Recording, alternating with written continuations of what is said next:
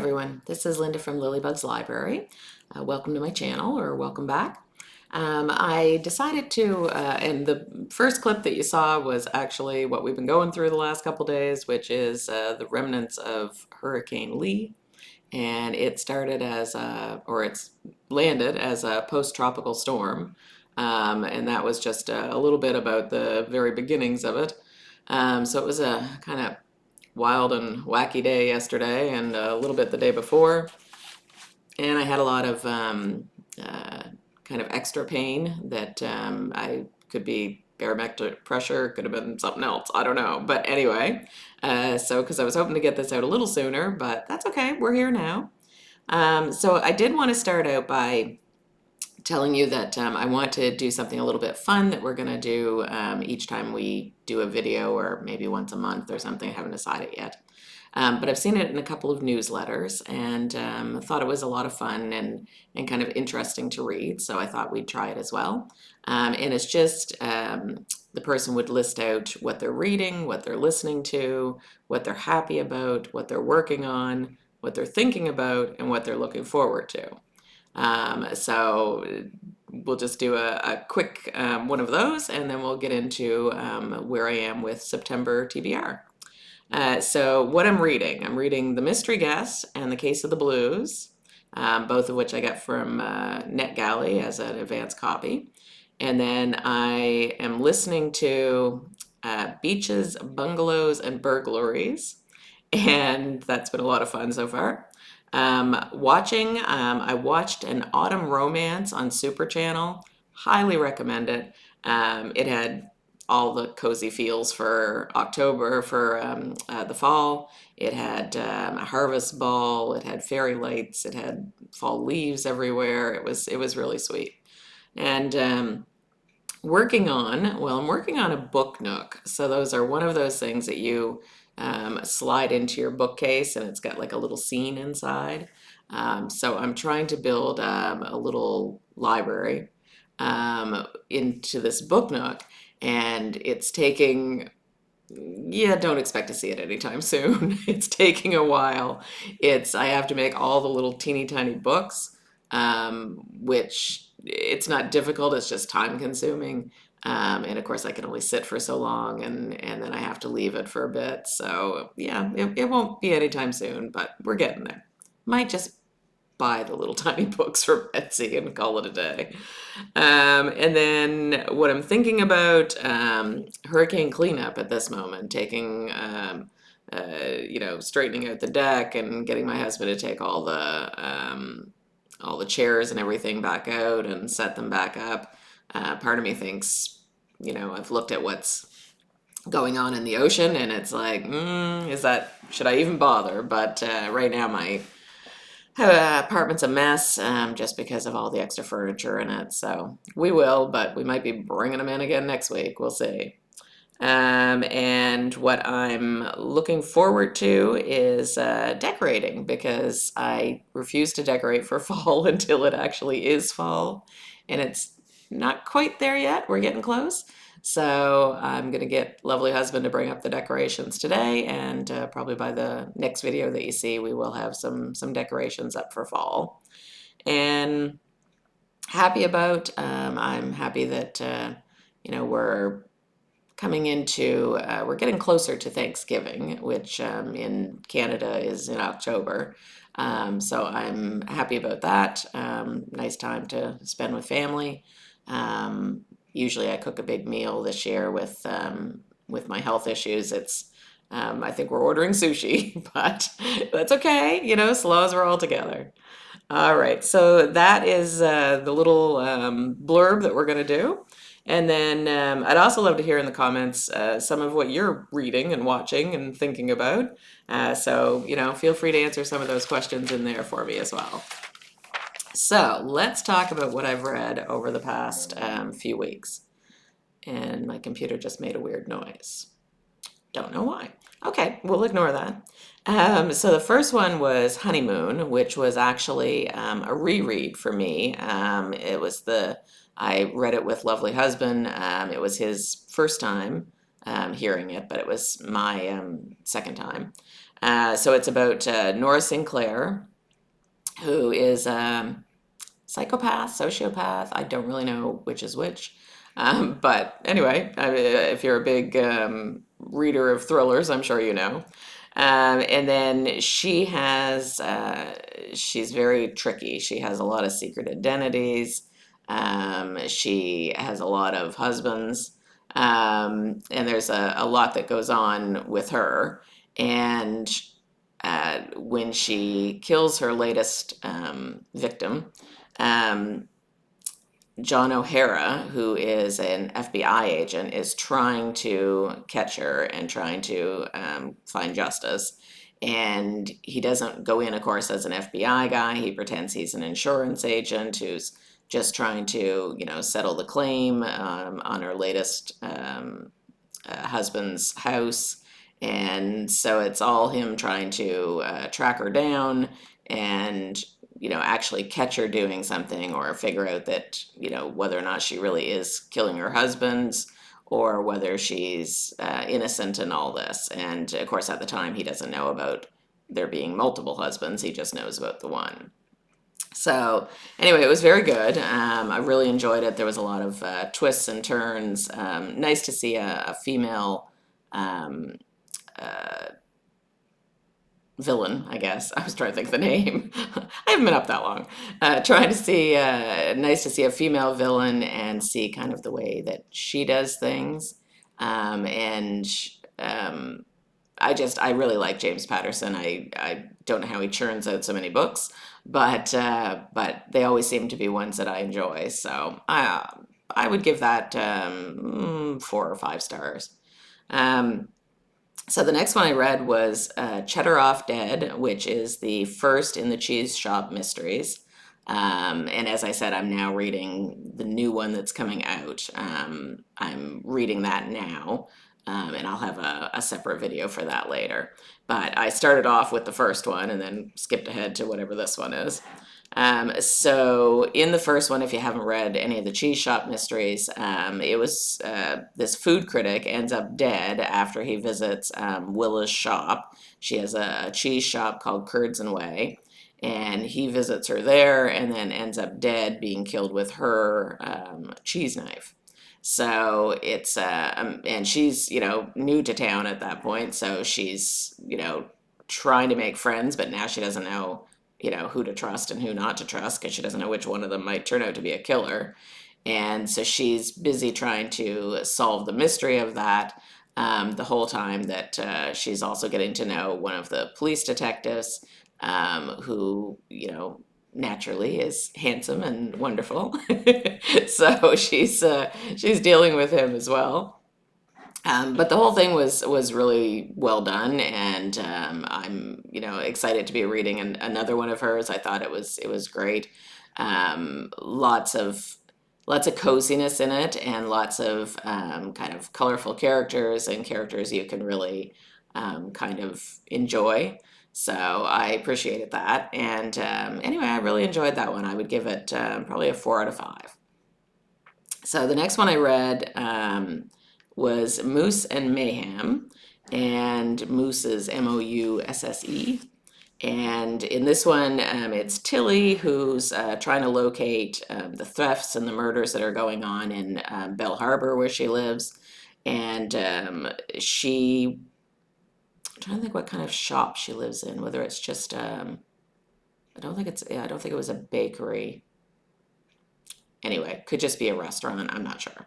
But she ends up getting, Holly comes in, she's a food inspector, and she comes in to inspect her shop. And apparently, every time Holly's there, she is always very kind of nasty and always putting down all these things, saying, like, oh no, this is wrong and this is wrong, and giving her all these violations. But she hasn't really done anything wrong. And she keeps protesting them, and the violations keep getting turned over. But this time, Holly comes in when Tilly is not there, and she ends up getting murdered because she was hit with a bag of frozen ravioli, and that kills her. Interesting twist to a murder, so that was kind of cool. So then the rest of it is Tilly trying to find out what happened to her. and who could have done this, because she wasn't there, and nobody else was there, and so she knows somebody was there because this woman ends up dead. And so she's investigating this all at the same time that her uncle is getting married, and she's trying to organize the wedding. So she wants to get this all sorted out before then. And it also looks really suspicious right now because her everyone else pretty much in the town has had a burglary except her. So, it's looking more and more like she's the killer, or, someone close to her, because, why did she get off? So anyway, it was really good too. Now I didn't think it was that memorable, obviously, when I can't figure out what kind of shop she had, but it was good. I would give it like a 3.5. So the next two that I read, oh, hello, Oliver. The next two I read were not on my list of things to read. I feel like my list kind of went out the window this month. So anyway, the next two were nonfiction. The first one was Blue Zone: Secrets for Living Longer, and it was about the different places in the world. I think there's like 6 of them where people live a long time, well over 100. And they talked about all the different reasons that might be true. So they talked about the food they eat, and that was, a good portion of it. And then they also talked about other things that could cause that. So the fact that they live with their families, so they feel kind of included, and they feel like they have a purpose because they're still doing things for their families, like they're imparting their wisdom, they feel needed.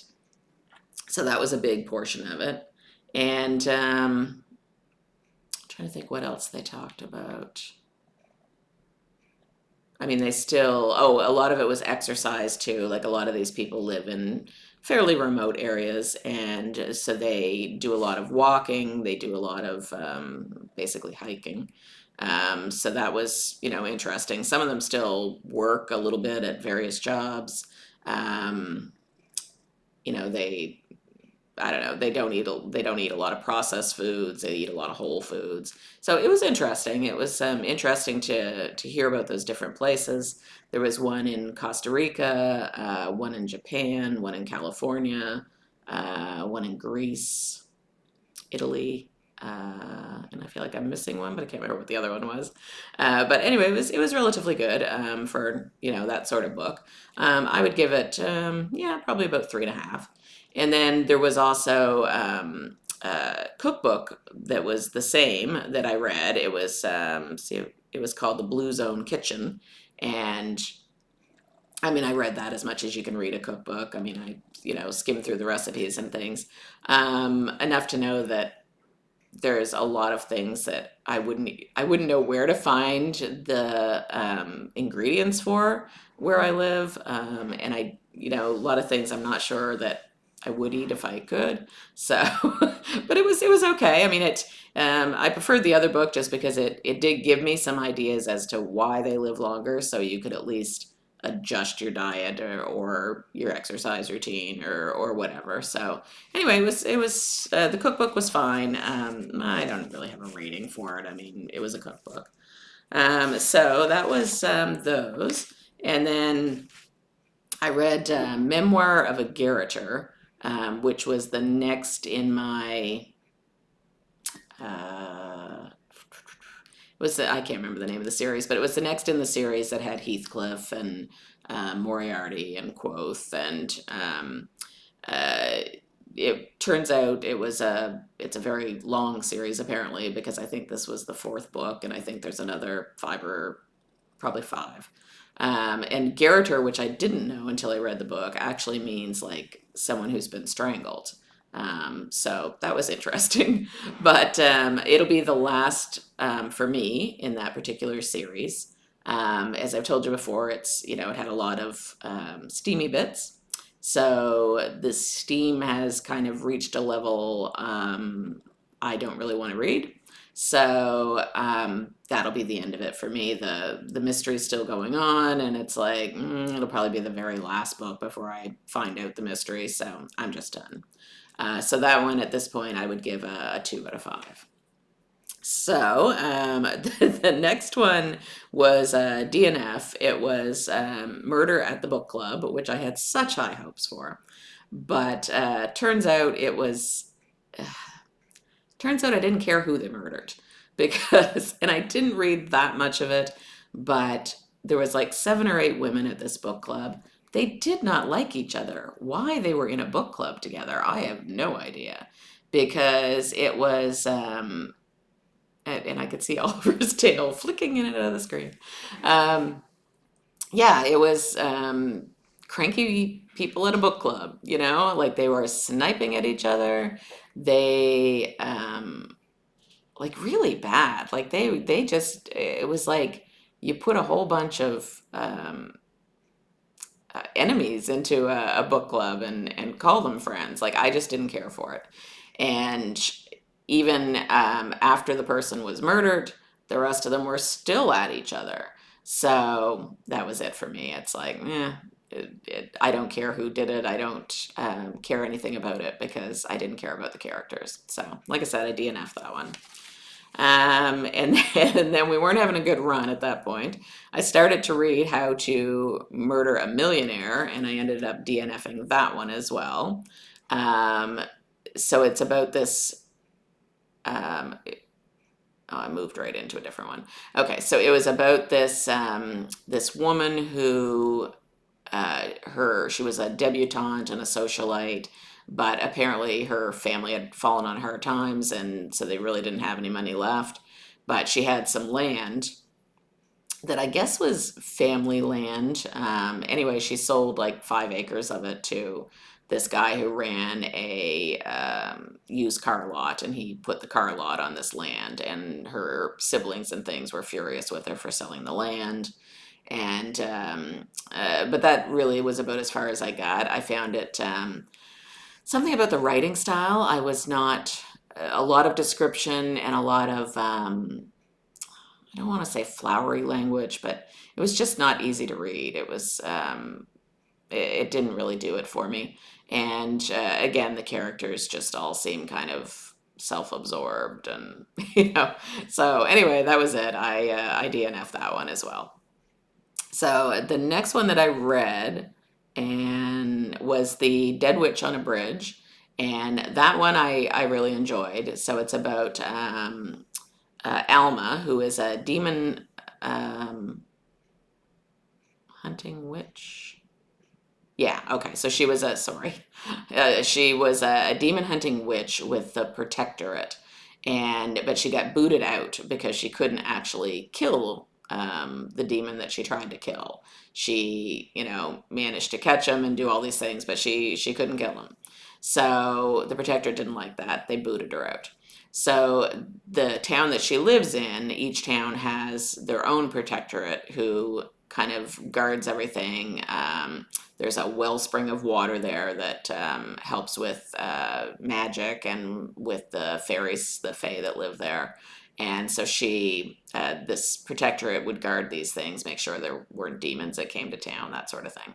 So anyway, the protectorate gets killed, and she can hear like the fairies kind of screaming in her head that something's wrong. So she goes and she sees that he's dead, but she leaves because she doesn't want to be accused of this by the humans that are there.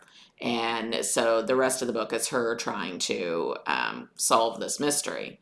And there's this thing missing called the torque, which she doesn't know what it does, but they're blaming either her or her father because her father apparently is a well-known thief. And so but she doesn't, that's not her, that's her father. And so she's trying to figure out like who took this, what happened to it, what happened to the person that was killed. And so she, is trying to figure out all this and try to keep herself safe at the same time from any demons who might come to town. So anyway, some of the parts that I really liked about it, because it really was cozy. The characters in the town were pretty good. She comes across this dog that she kind of takes in, and he's very sweet. And she calls him Random because it was very random that he showed up there when he did. And then there's this I'm not sure if he's a fairy or a gnome. Doesn't matter.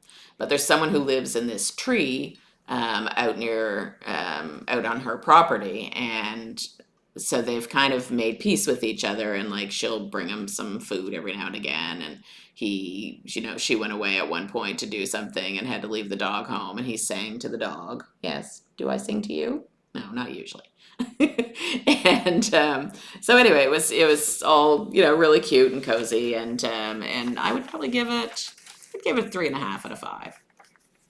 And then I listened to the reading list on Audible. Excuse me for a second. Okay, so the reading list on Audible, I saw a couple of comments. It's kind of funny because I saw a couple of comments on Goodreads about people DNFing it because it had some language in it. I actually don't even remember it having language in it, so I don't know if they took out those words for Audible or not. But anyway, I don't remember it. But what I do remember is it was a really good story. It starts out with Alicia, who's working at this library, and she's got a lot of issues going on at home, and she's just not having a good day, and doesn't really even want to be there. And this older Indian man comes in. His name's Mukesh, and he comes in looking for a reading recommendation. And she doesn't realize that he has lost his wife, and the only way that he feels able to connect with his wife is by reading, because she was an avid reader. So he comes in looking for a recommendation. She basically tells him that she doesn't do that, and she's quite rude. So he ends up leaving. But then he sends a letter to, I guess, her boss, and not very happy about what happened. So the boss talks to her, and she agrees to try and do better. And then as she's putting away books and things, she finds this reading list in a book, and it has all these different books on it that this person that wrote the list thinks are important. So it had like Little Women and The Life of Pi and To Kill a Mockingbird. It has a lot of really good reads. So anyway, she kind of starts to feel a little better about things, and so the next time he comes in, she does. No, she actually puts a book on hold for him. And so then he gets a call saying there's a book there for him, and he's like, "Well, I didn't put a book on hold." And they said, "Well, somebody did." So anyway, he comes in to get this book, and she's much nicer to him, and they start a conversation and end up kind of becoming friends through all this. And so she's dealing with her mom at home, who's got something. I'm thinking maybe it's like some kind of depression or schizophrenia. I'm not really sure what exactly is wrong, but I guess ever since I think her father died, and so then her mother just hasn't been right. So she and her brother look after her mother.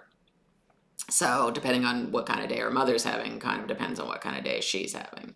So anyway, they develop this friendship, and they, begin to talk to one another and read these books together. Although Mukesh doesn't realize that she hasn't read these books. So the whole thing is really interesting, and really gives you that nice kind of heartwarming feeling of rediscovering books, and discovering how they relate to your life, and thinking about them after they're done. It was really well done. And Mukesh is one of my favorite characters in the book. He's so sweet, and he's trying so hard to find his way after his wife passed away.